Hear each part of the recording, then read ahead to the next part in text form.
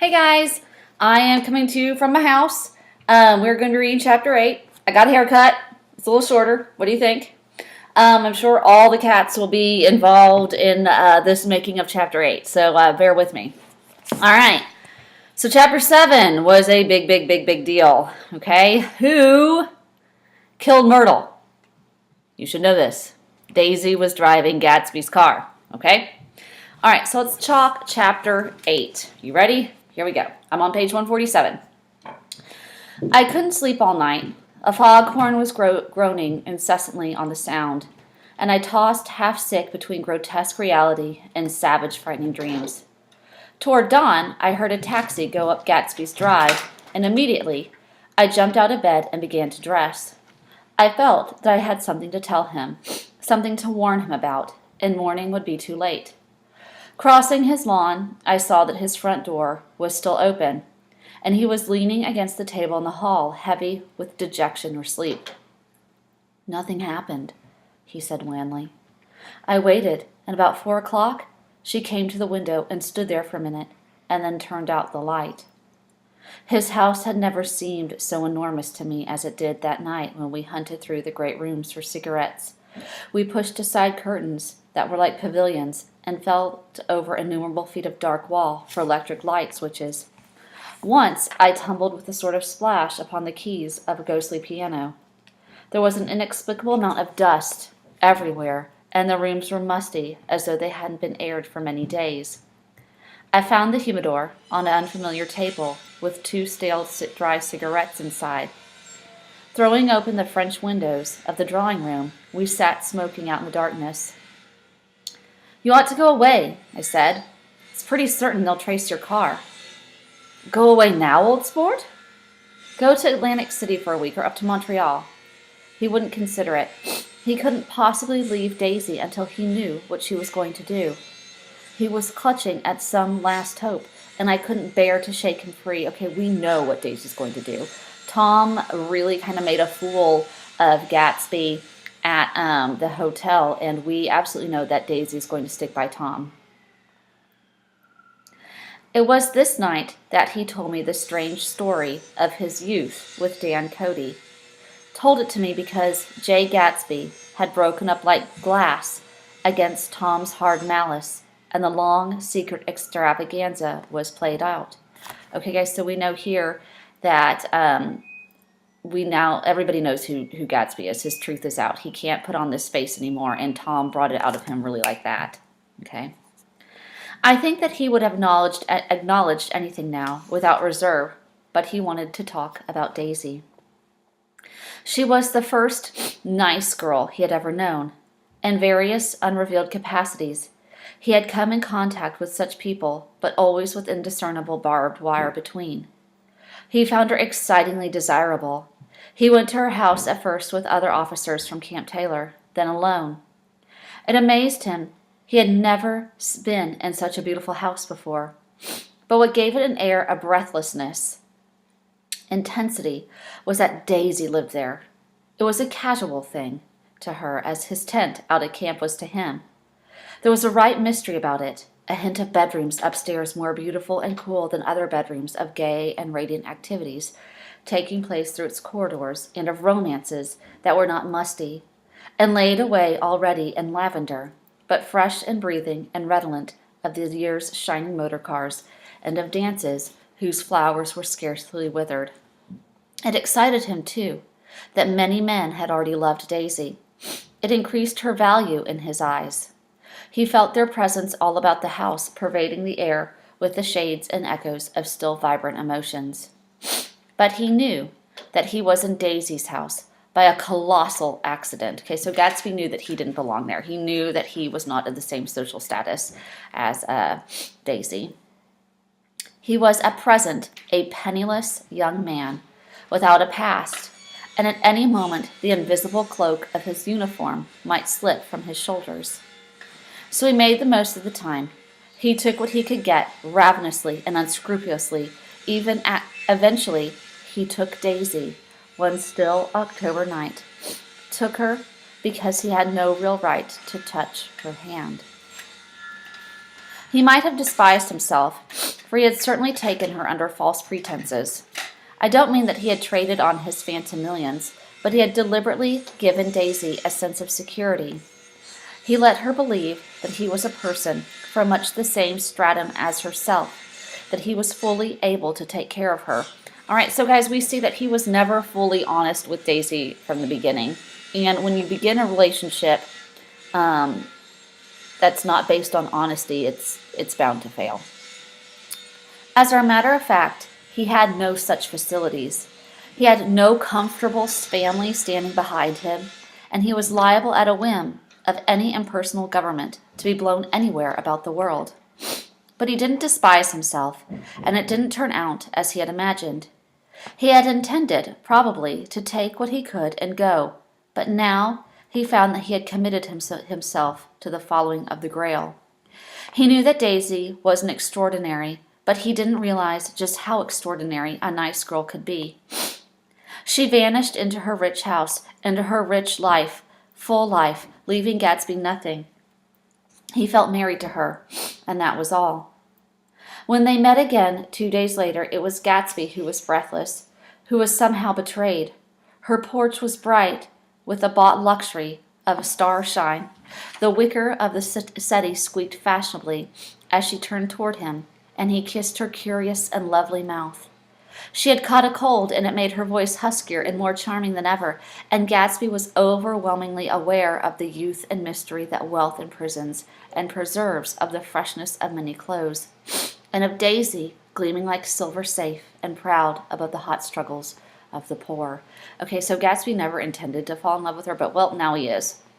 And he is amazed at the feelings that he has with her. He is amazed at the mystery that she is because of the wealth, because of the background that she has. Gatsby, we see here, very much idolizes Daisy's wealth and Daisy's privilege. He sees this perfect house, this wealth. We can see that Gatsby idolizes money here, and that he has made up his mind that he will get that money no matter what. So there we go. All right, let's keep going. I can't describe to you how surprised I was to find out I loved her, old sport. I even hoped for a while that she'd throw me over, but she didn't, because she was in love with me too. She thought I knew a lot because I knew different things from her. Well, there I was, way off my ambitions, getting deeper in love every minute. And all of a sudden, I didn't care. What was the use of doing great things if I could have a better time telling her what I was going to do? On the last afternoon before he went abroad, he sat with Daisy in his arms for a long, silent time. It was a cold fall day, with fire in the room, and her cheeks flushed. Now and then she moved, and he changed his arm a little, and once he kissed her dark, shining hair. The afternoon had made them tranquil for a while, as if to give them a deep memory for the long parting the next day promised.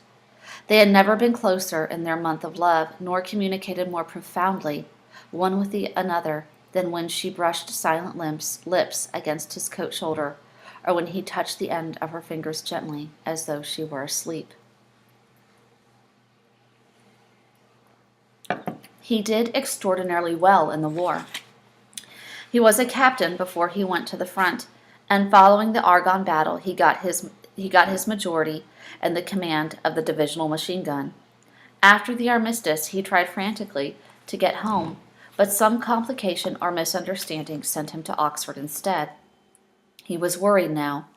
There was a quality of nervous despair in Daisy's letters. She didn't see why he couldn't come. She was feeling the pressure of the world outside, and she wanted to see him and feel his presence beside her and be reassured that she was doing the right thing after all. For Daisy was young, and her artificial world was redolent of orchids and pleasant, cheerful snobbery, and orchestras which set the rhythm of the year, summing up the sadness and suggestiveness of life in new tunes. All night the saxophone wailed the hopeless comment of the Beale Street Blues, while 100 pairs of golden and silver slippers shuffled in shining dust. At the gray tea hour, there were always rooms that throbbed incessantly with this low, sweet fever, while fresh faces drifted here and there like rose petals blown by the sad horns around the floor, All right, so Daisy is young and she is ignorant and she is accustomed to a certain lifestyle, and Gatsby's not there. Through this twilight universe, Daisy began to move again with the season. Okay, so Daisy is kind of starting to move on from Gatsby. He's been gone a long time. She's nervous. She's ready to kind of move on with her life. Suddenly, she was keeping half a dozen dates a day with half a dozen men and drowsing asleep at dawn with the beads and chiffon of an evening dress tangled among the dying orchids on the floor beside her bed. And all the time, something within her was crying for a decision. She wanted her life shaped now immediately, and the decision must be made by some force of love, of money, of unquestionable practicality that was close at hand. Okay, so Daisy is ready for a decision. She's ready to move on with her life. She's ready to start her life. She is kind of sick of waiting for Gatsby to get home. The force took shape in the middle of spring with the arrival of Tom Buchanan. There was a wholesome bulkiness about his person and his position, and Daisy was flattered. Doubtless, there was a certain struggle and a certain relief. The letter reached Gatsby while he was still at Oxford. Ugh, I'm sorry, guys, I have a cold. All right, so the letter we're talking about is the letter of Daisy breaking Gatsby's heart, saying she has met someone and she's moving on. She's saying, hey, you haven't come home. Where are you? It was dawn now on Long Island, and we went about opening the rest of the windows downstairs, filling the house with gray turning gold turning light. The shadow of the trees fell abruptly across the dew, and the ghostly birds began to sing among the blue leaves. There was a slow, pleasant movement in the air, scarcely a wind, promising a cool, lovely day. Okay, so remember, the day before was the hottest day of the year. And now there is a breeze. It's cool out. It's going to be a lovely day. Okay, so notice the change in the seasons, how we have it's turning into fall, and it did so overnight. And that kind of symbolizes really the death of the relationship of Gatsby and Daisy. I don't think she ever loved him. Gatsby turned around from a window and looked at me challengingly. You must remember, old sport, she was very excited this afternoon. He told her those things in a way that frightened her, that made it look as if I was some kind of cheap sharper, and the result was that she hardly knew what she was saying. He sat down gloomily. Of course she might have loved him just for a minute, when they were first married, and loved me even more then, do you see? Suddenly, he came out with a curious remark. In any case, he said, it was just personal. What could you make of that except to suspect some intensity in this conception of the affair that couldn't be measured? He came back from France when Tom and Daisy were still on their wedding trip, and made a miserable but irresistible journey to Louisville on the last of his army pay. All right, so what does Gatsby do when he comes home? He goes, well, I'm going to go to Louisville, and I'm going to reminisce about all the times that we had there.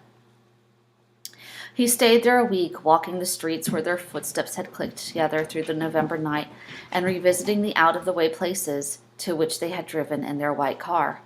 Just as Daisy's house had always seemed to him more mysterious and gay than other houses, so his idea of the city itself, even though she was gone from it, was pervaded with a melancholy beauty.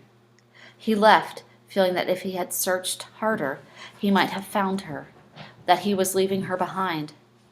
The day coach, he was penniless now, was hot.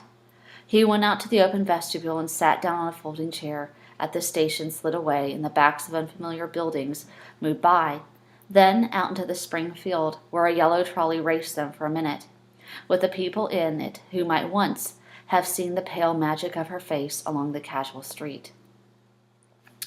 The track curved, and now it was going away from the sun, which as it sank lower seemed to spread itself in benediction over the vanishing city where she had drawn her breath. He stretched out his hand desperately, as if to snatch only a wisp of air, to save a fragment of the spot that she had made lovely for him.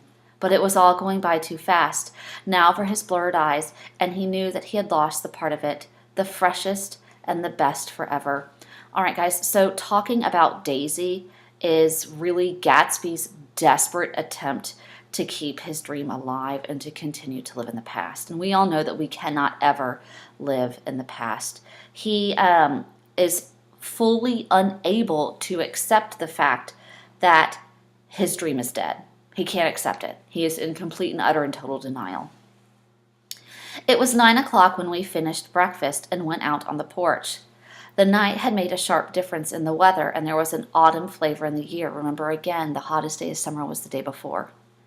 The gardener, the last one of Gatsby's former servants, came to the foot of the steps.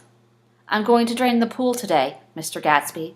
Leaves will start falling pretty soon, and then there's always trouble with the pipes." "Don't do it today," Gatsby answered. He turned to me apologetically. "You know, old sport, I've never used that pool all summer." I looked at my watch and stood up. 12 minutes to my train. I didn't want to go to the city. It wasn't worth a decent stroke of work. But it was more than that. I didn't want to leave Gatsby. I missed the train, and then another, before I could get myself away. Nick understands that Daisy is never going to call Gatsby, and he feels bad about it, and he continues to stay with Gatsby. "I'll call you up," I finally said. "Do, old sport." "I'll call you about noon." We walked slowly down the steps. "I suppose Daisy'll call too." "We know she won't." He looked at me anxiously, as if he hoped I'd corroborate this. "I suppose so. Well, goodbye." We shook hands, and I started away. Just before I reached the head, I remembered something and turned around. "They're a rotten crowd!" I shouted across the lawn. "You're worth the whole damn bunch put together." I've always been glad I said that. It was the only compliment I ever gave him, because I disapproved of him from beginning to end. Remember that he said that in the beginning of the book, how he said he never judges? First, he nodded politely, and then his face broke into the radiant and understanding smile, as if we had been in ecstatic cahoots of the fact all the time. His gorgeous pink rag of a suit made a bright spot of color against the white steps, and I thought of that night when I first came to his ancestral home 3 months before. The lawn and drive had been crowded with the faces of those who guessed at his corruption, and he had stood on those steps concealing his incorruptible dream as if he waved them goodbye. I thanked him for his hospitality. We were always thanking him for that, I and the others. "Goodbye," I called. "I enjoyed breakfast, Gatsby." Up in the city, I tried for a while to listen to quotations on an interminable amount of stock. Then I fell asleep in my swivel chair. Just before noon, the phone woke me, and I started up, with sweat breaking out of my forehead. It was Jordan Baker. She often called me up during this hour because uncertain of her movements between hotels and clubs and private houses made her hard to find in any other way. Usually, her voice came over the wire as something fresh and cool, as if a divot from the green golf links had come sailing in the office window. But this morning it seemed harsh and dry. Okay, so does he really have any feelings for Jordan anymore? Did he ever really have any feelings for Jordan? We're not certain. "I've left Daisy's house," she said, "and I'm at Hempstead, and I'm going down to Southampton this afternoon." Probably it had been tactful to leave Daisy's house, but the act annoyed me, and her next remark made me rigid. Okay, so none of these people feel bad about anything that happened the night before. "You weren't so nice to me last night." "How could it have mattered then?" Silent for a moment. Then, "However, I want to see you." "I want to see you too." "Suppose I don't go to Southampton and come into town this afternoon?" "No, I don't think this afternoon." "Very well." "It's impossible this afternoon. We talked like that for a while, and then abruptly, we weren't talking any longer. I don't know which of us hung up with a sharp click, but I know I didn't care. I couldn't have talked to her across the tea table that day if I had never talked to her again in this world. Okay, so there it is. It's done. It's over. I called Gatsby's house a few minutes later, but the line was busy. I tried 4 times. Finally, an exasperated central told me the wire was being kept open for a long distance from Detroit. Taking my timetable, I drew a small circle around the 3:50 train. Then I leaned back in my chair and tried to think. It was just noon.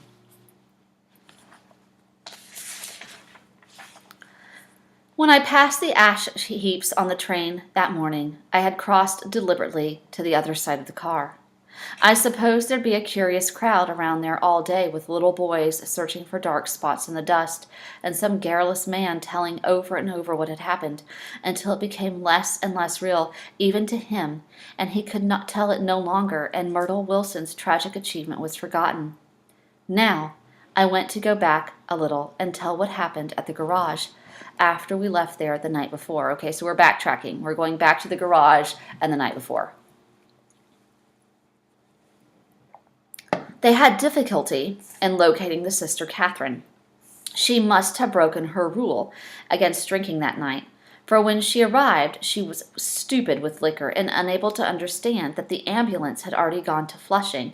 Okay, remember Catherine from the party at Myrtle and Tom's apartment? She's Myrtle's sister, remember that? Okay.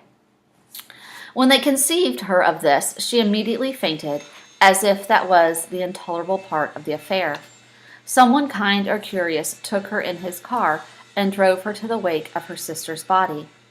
Until long after midnight, a changing crowd lapped up against the front of the garage, while George Wilson rocked himself back and forth on the couch inside. For a while, the door of the office was open, and everyone who came into the garage glanced irresistibly through it.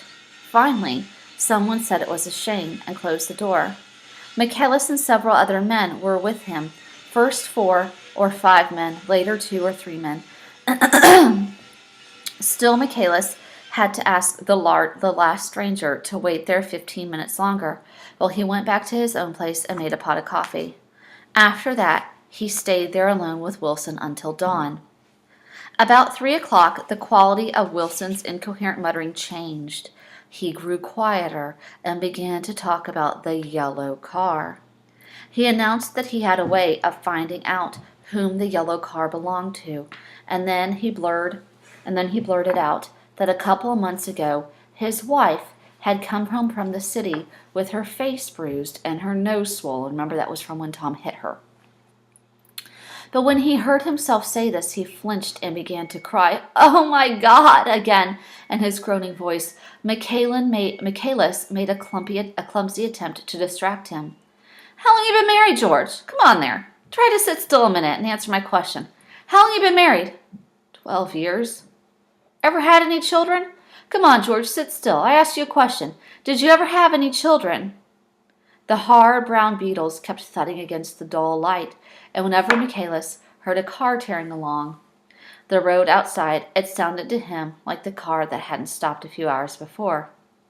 He didn't like to go into the garage because the workbench was stained where the body had been lying, so he moved uncomfortably around the office. He knew every object in it before morning, and from time to time sat down beside Wilson, trying to keep him more quiet. "Have you got a church you go to sometimes, George? Maybe even if you haven't been there in a long time. Maybe I could call up a church and get a priest to come over and he could talk to you." "Don't belong to any." "You ought to have a church, George, for times like this. You must have gone to church. Didn't you get married in a church? Listen, George, listen to me. Didn't you get married in a church?" That was a long time ago. The effort of answering broke the rhythm of his rocking. For a moment he was silent. Then the same half-knowing, half-bewildered look came back into his faded eyes. "Look in that drawer there," he said, pointing at the desk. "Which drawer?" "That drawer, that one." Michaelis opened the drawer nearest his hand. There was nothing in it but a small, expensive dog leash, made of leather and braided silver. It was apparently new. "This?" he inquired, holding it up. Wilson stared and nodded. "I found it yesterday afternoon. She tried to tell me about it, but I knew it was something funny. Remember, that dog leash was the dog that Tom bought Myrtle." "You mean your wife bought it?" "She had it wrapped in tissue paper on her bureau." Michaelis didn't see anything odd in that, and he gave Wilson a dozen reasons why his wife might have bought the dog leash. But conceivably, Wilson had heard some of the same explanations before from Myrtle, because he began saying, "Oh, my God," again in a whisper. His comforter left several explanations in the ear. "Then he killed her," said Wilson. His mouth dropped open suddenly. "Who did?" "I have a way of finding out." "You're morbid, George," said his friend. "This has been a strain to you, and you don't know what you're saying. You better try to sit quiet till morning. He murdered her. It was an accident, George. Wilson shook his head. His eyes narrowed, and his mouth widened slightly with the ghost of a superior. I know, he said defiantly. I'm the one of these trusting fellas, and I don't think any harm to nobody. But when I get to know a thing, I know it. It was the man in the car. She ran out to speak to him, and he wouldn't stop. Michaelis had seen this too, but it hadn't occurred to him that there was any special significance in it. He believed that Mrs. Wilson had been running away from her husband rather than trying to stop any particular car. How could she be like that? She's a deep one, said Wilson, as if that answered the question. He began to rock again, and Michaelis stood twisting the leash in his hand. Maybe you got some friend that I could telephone for, George. This was a forlorn hope. He was almost sure that Wilson had no friend. There was not enough of him for his wife. He was glad a little later when he noticed a change in the room, a blue quickening by the window, and realized that dawn wasn't far off. About 5 o'clock, it was blue enough outside to snap off the light. Wilson's glazed eyes turned out to the ash heaps, where small gray clouds took on fantastic shapes and scurried here and there in the faint dawn wind. I spoke to her, he muttered after a long silence. I told her she might fool me, but she couldn't fool God. I took her to that window. With an effort, he got up and walked to the rear window and leaned with his face pressed against it. And I said, God knows what you've been doing. Everything you've been doing. You may fool me, but you can't fool God. Standing behind him, Michaelis saw with a shock that he was looking at the eyes of Dr. T.J. Eckelberg, which had just emerged, pale and enormous, from the dissolving light. God sees everything, repeated Wilson. Okay, so Wilson's kind of looking at that advertisement like the eyes of God are looking down. God sees you. The eyes of T.J. Eckelberg see you. That was an advertisement, Michaelis assured him. Something made him turn away from the window and look back into the room, but Wilson stood there a long time, his face close to the window pane, nodding in the twilight. By 6 o'clock, that's a.m., Michaelis was worn out and grateful for the sound of a car stopping outside. It was one of the watchers of the night before who had promised to come back, so he cooked breakfast for 3, which he and the other man ate together. Wilson was quieter now, and Michaelis went home to sleep. When he awoke 4 hours later and hurried back to the garage, Wilson was gone. Where do you guys think Wilson went? His movements, he was on foot all the time, were afterward traced to Port Roosevelt and then to Gad's Hill, where he bought a sandwich that he didn't eat and a cup of coffee. He must have been tired and walking slowly, for he didn't reach Gad's Hill until noon. Thus far, there was no difficulty in accounting for his time. There were boys who had seen a man acting sort of crazy, and motorists at whom he stared oddly from the side of the road.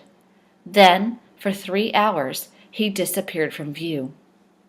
The police, on the strength of what he said to Michaelis, that he had a way of finding out, supposed that he spent that time going from garage to garage, so garage to garage looking for a car that needed repair. Thereabout inquiring for a yellow car. On the other hand, no garage man who had seen him ever came forward, and perhaps he had an easier, surer way of finding out what he wanted to know. By 2:30, he was in West Egg, where he asked someone by the way to Gatsby's house. So that time he knew Gatsby's name.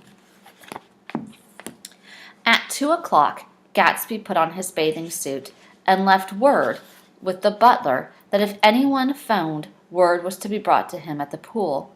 He stopped at the garage from a pneumatic mattress that he had amused his guests during the summer, and the chauffeur helped him pump it up. Then he gave instructions that the open car wasn't to be taken out under any circumstance. and this was strange because the front rear fender needed repair. Gatsby shouldered the mattress and started for the pool. Once he stopped and shifted it a little, and the chauffeur asked him if he needed help. But he shook his head and in a moment disappeared among the yellowing trees. Okay, guys, so remember, okay, let's kind of make a connection with the weather. The day before was the hottest day of summer, okay? The hot tends to bring out, when it's hot, bring out the worst in all of us. It makes us angry. We're far more confrontational. Okay, so the day before, again, was the hottest day of the year. And now it is suddenly cooler. The gardener wants to drain the pool, right? Gatsby's confrontation with Tom took place on the hottest day of the year. Now that the fire has gone out, Gatsby is still trying to relive being with Daisy. And so he takes that mattress out to get in the pool, even though it's getting cooler, so he can keep that memory alive.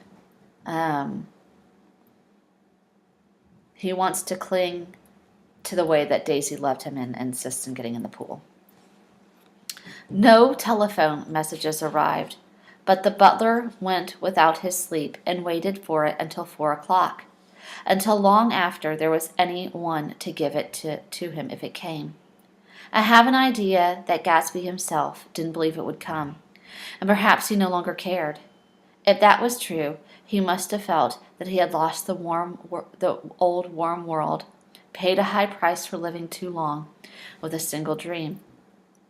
He must have looked up at an unfamiliar sky through frightening leaves and shivered as he found what a grotesque thing a rose is, and how raw the sunlight was upon the scarcely created grass.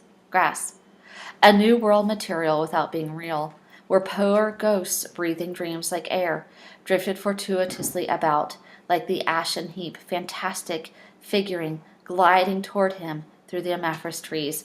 Okay, guys, so let's talk about a rose, how that when he says what a grotesque thing a rose is. All right, so even in Romeo and Juliet, a rose is but a rose, okay? So roses tend to symbolize beauty, okay? We love getting roses. I love it when my husband sends me roses. They're beautiful, they smell pretty, I love them, okay? Nick is suggesting here that roses are inherently beautiful, that people only view them as beautiful because we choose to do so, because it's been ingrained in our brain. It's how people make lots of money on the holidays, okay? Daisy is grotesque, okay? In the same way, Gatsby has invested in her. He has invested in her beauty, and that is what makes her the object of his dream. Okay, so Daisy is kind of like that rose. She is only beautiful. She smells divine. She's only of those characteristics because Gatsby has made her that way. Okay, all right, let's move on. All right, the chauffeur, he was one of Wolfsham's proteges, heard the shots. Did you catch that? There were shots. Afterward, he could only say that he hadn't thought anything much about them. Okay, so he probably hasn't thought about much about them because he's a gangster like Wolfsham. Whatever. I drove from the station directly to Gatsby's house, and my rushing anxiously up the front steps was the first thing that alarmed anyone. But they knew then, I firmly believe. With scarcely a word said, 4 of us, the chauffeur, butler, gardener, and I, hurried down to the pool. There was a faint, barely perceptible movement of the water as the fresh flow from one end urged its way toward the drain at the other. With little ripples that were hardly the shadow of waves, the laden mattress moved irregularly down the pool. A small gust of wind that scarcely corrugated the surface was enough to disturb its accidental course with its accidental burden. The touch of a cluster of leaves revolved it slowly, tracing like a leg of transit a thin red circle of water. Okay, so if you didn't catch on, Gatsby has been shot. Gatsby has been killed in his pool. He was on his mattress, asleep. It was after we started with Gatsby toward the house that the gardener saw Wilson's body a little way off in the grass, and the Holocaust was complete. Okay, so Wilson killed Gatsby, and then Wilson killed himself. And when we say the Holocaust was complete, we're not talking about the Holocaust with the Jews in World War II. The synonyms for Holocaust are catastrophe, disaster. So this disaster has completed itself. Let's just talk a little bit more about Gatsby now that he is passed. Gatsby really is a symbol of the 1920s. He was empty. He was vulgar with what he wanted to do with his life. This pursuit of happiness that so many people want really just ends up being a quest for wealth. His dream was reduced to motivation and material gain, and the object of his dream is unworthy of his power. So, he could never get Daisy, even if he amassed all this wealth. Gatsby was greedy. Gatsby's powerful dream of happiness with Daisy has become a motivation for excess, for lavishness, for criminal activities. Losing Daisy was losing his whole world. So his downfall and his death ultimately result in his refusal that he cannot control the passage of time. And that was one of his greatest faults. So in order to get Daisy, he resorted to amassing this fortune in ways that were not lawful or truthful or honest. He had a vulgarity about him. We really don't know him. He was dishonest. And in the end, his death resulted in the fact that he thought he could relive the past. And we all know that you cannot control the passage of time. All right, so there's chapter 9 for you, or 8 for you, I'm sorry.